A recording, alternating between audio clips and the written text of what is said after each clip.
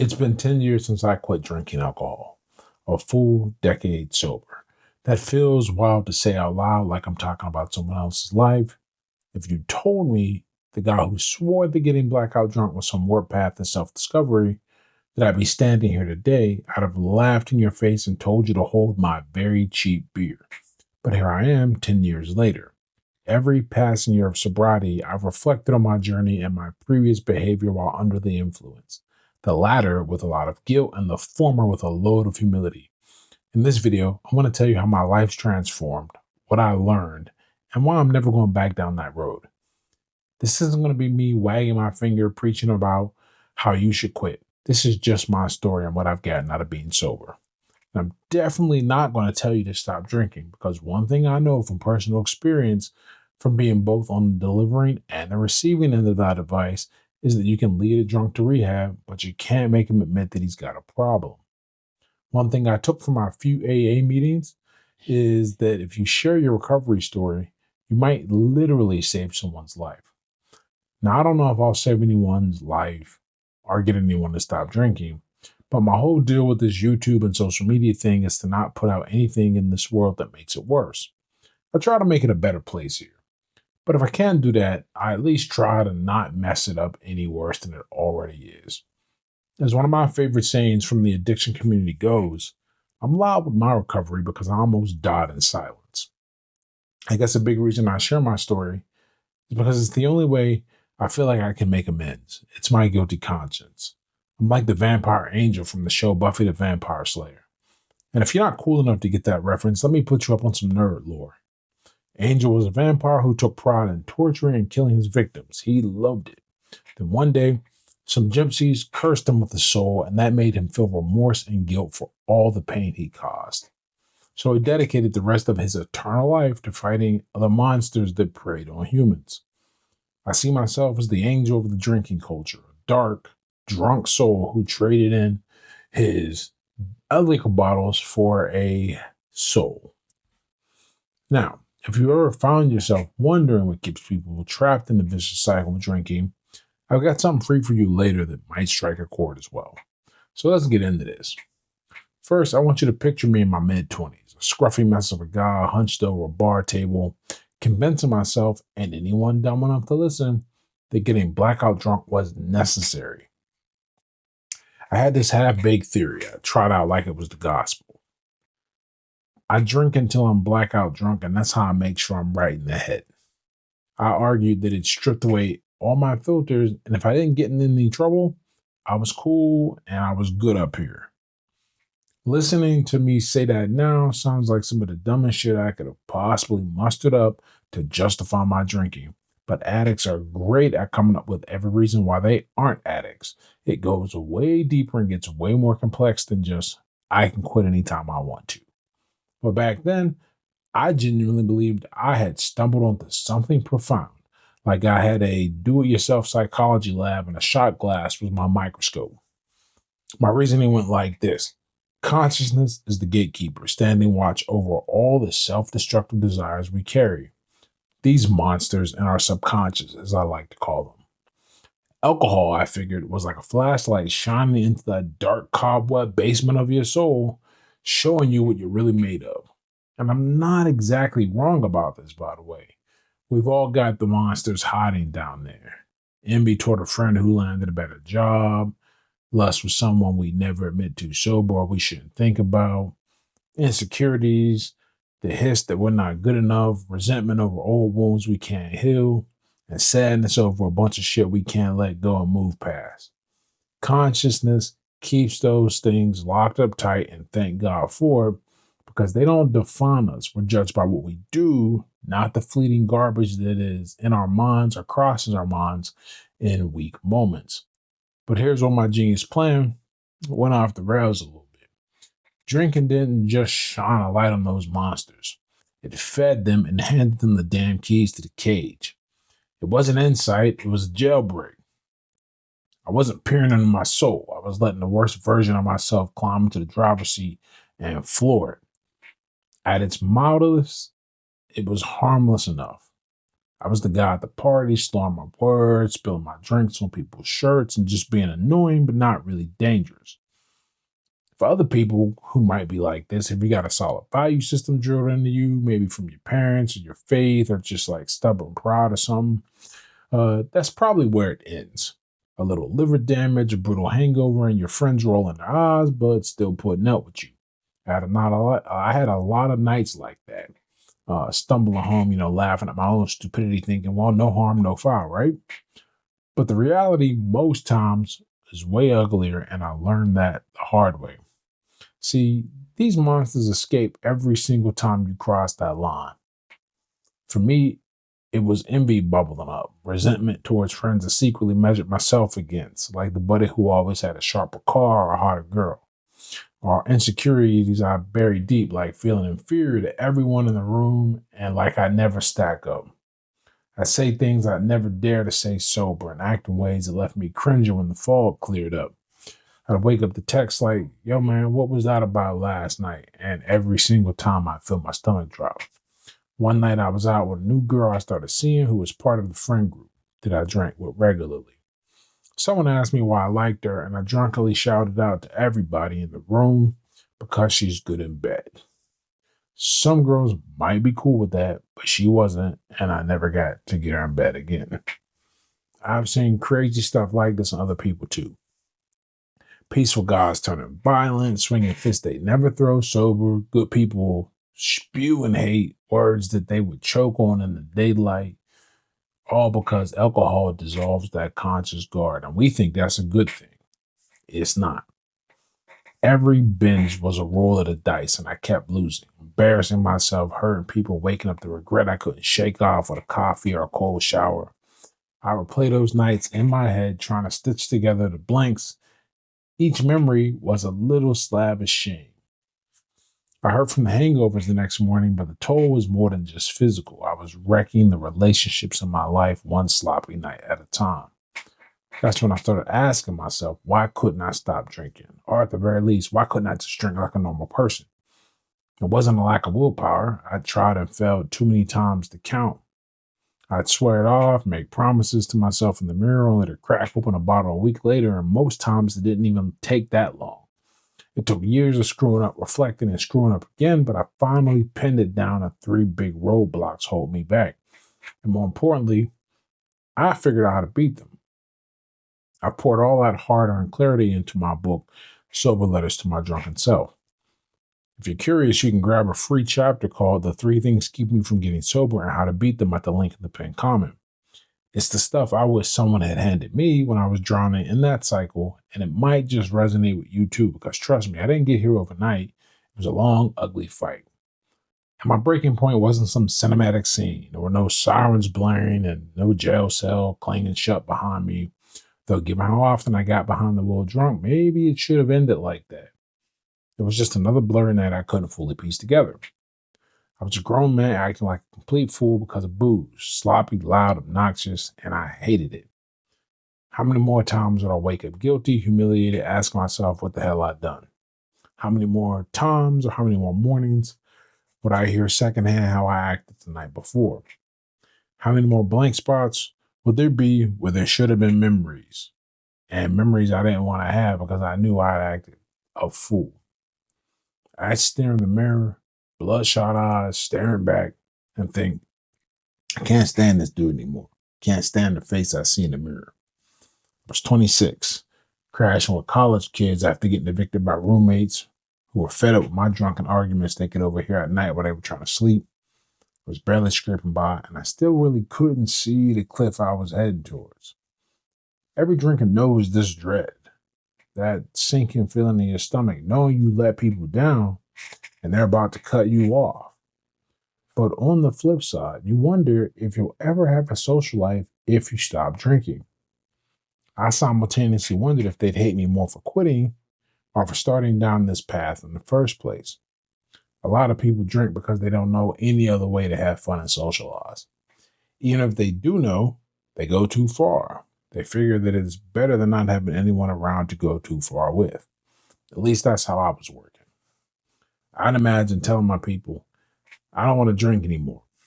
And then I have to brace for their judgment. Would they love me less? Would they just drift away? But here's a pro tip and something I figured out the hard way. Uh, Other people's reaction is not your problem, it's theirs. You're the one who has to live with your life and the consequences of what you do or don't do. But back then I was afraid. The damage I had done felt irreparable and unforgivable. And the isolation terrified me. Losing friends that I'd been drinking and laughing over beers with for years and feeling like an outcast all over again. It brought back memories of being a bully kid I was when I was growing up. Because here's the great thing about drinking, it's a social circle.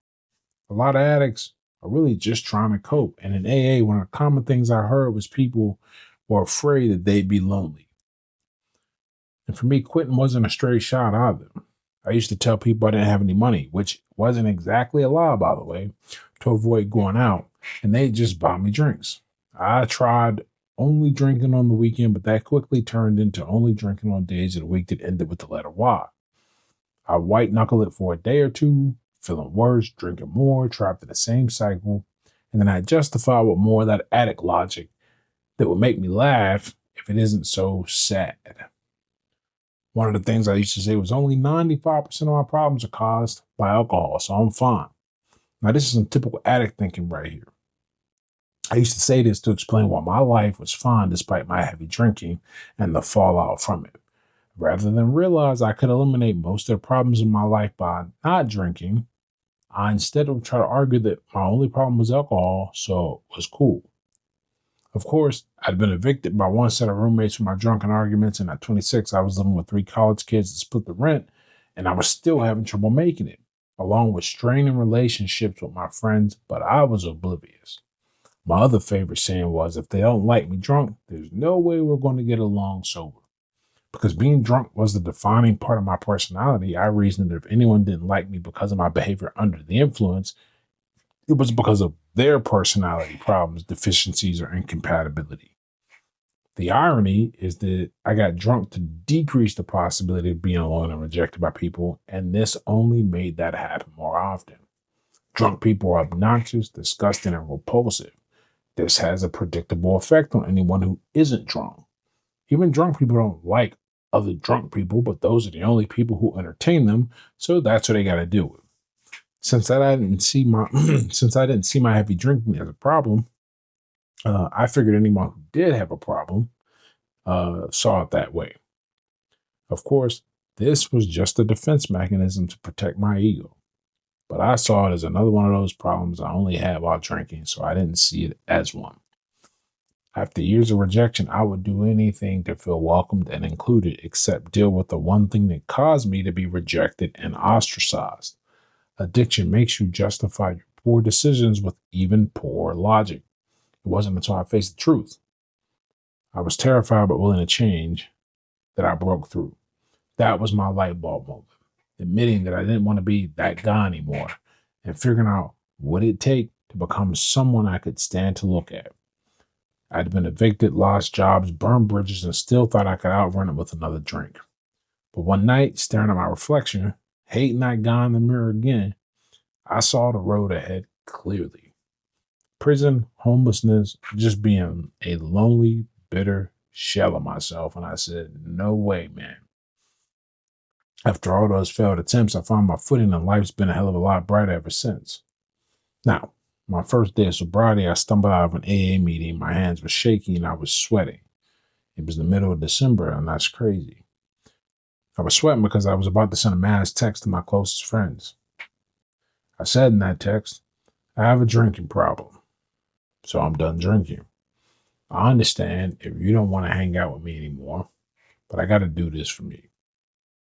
And even though they were all cool and supportive, I was still terrified. I didn't even know what I was scared of, but there was just this raw, low-level anxiety that followed me around for the next few days, but I couldn't figure out what it was. Later on, it crystallized. I was afraid of the past and the future. I feared the past because I knew that my behavior was less than exemplary.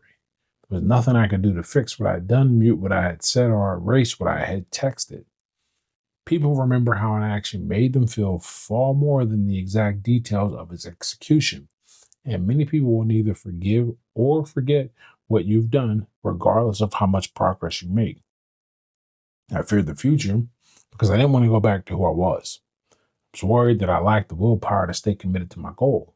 While I had the optimism and gusto that comes with setting a new goal, I was worried that I'd eventually lose steam and let myself down.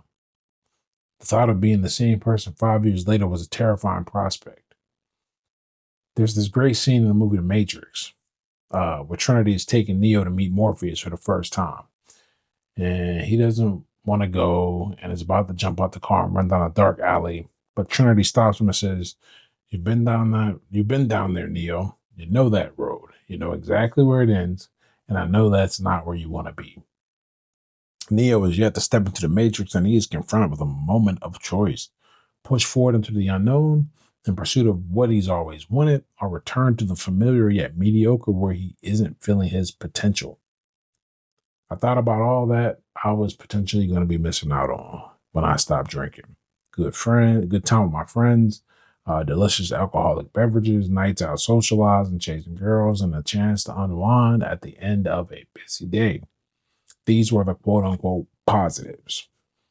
I was so afraid of being separated from my safety net of familiarity that I continued to drink for almost 5 years after I realized I had a problem because of these positives.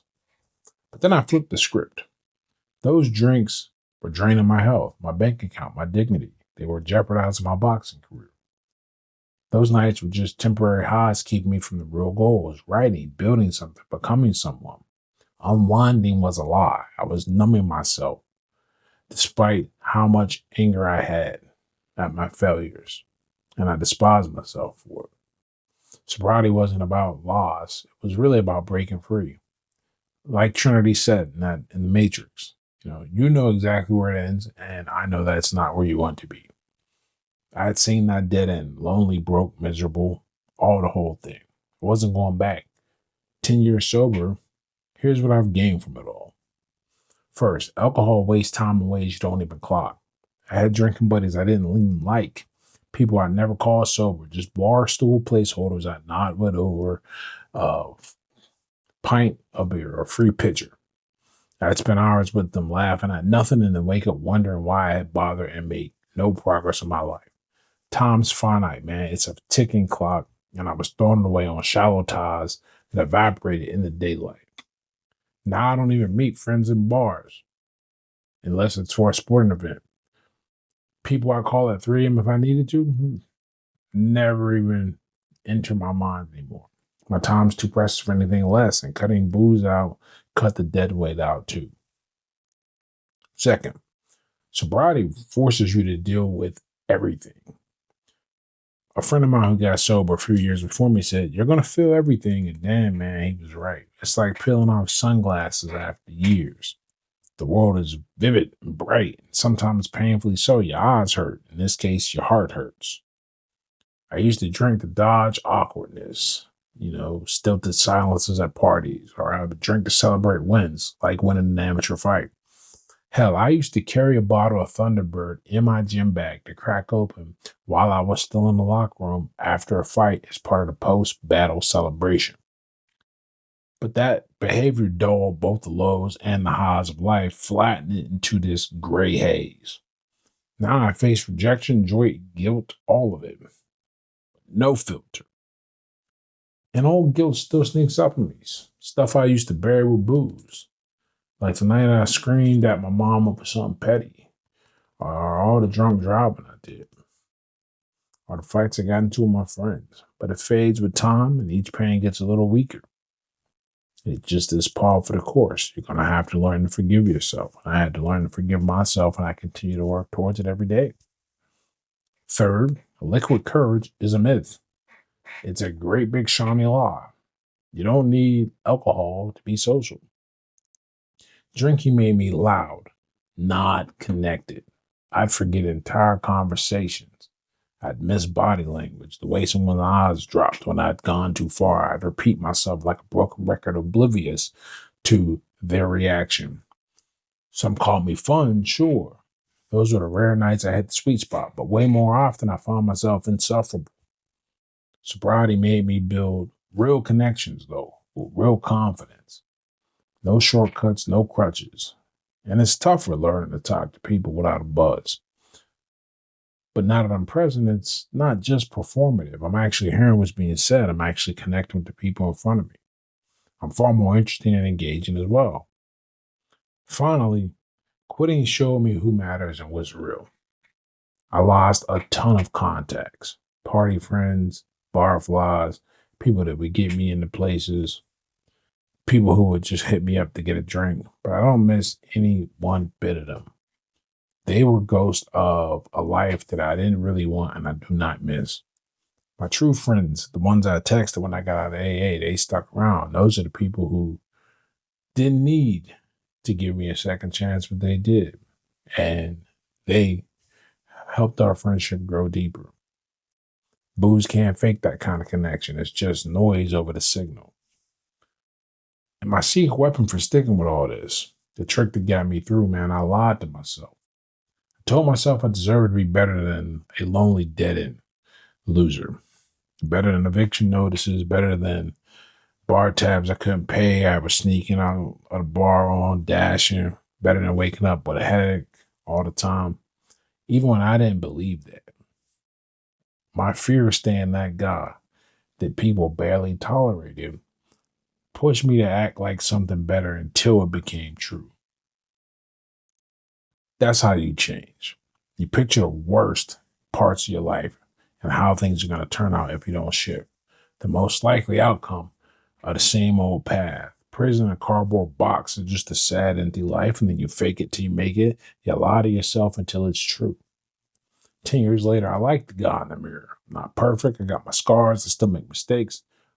But I'm always sober and I'm always clear-minded and can handle it. And I try to be better every day.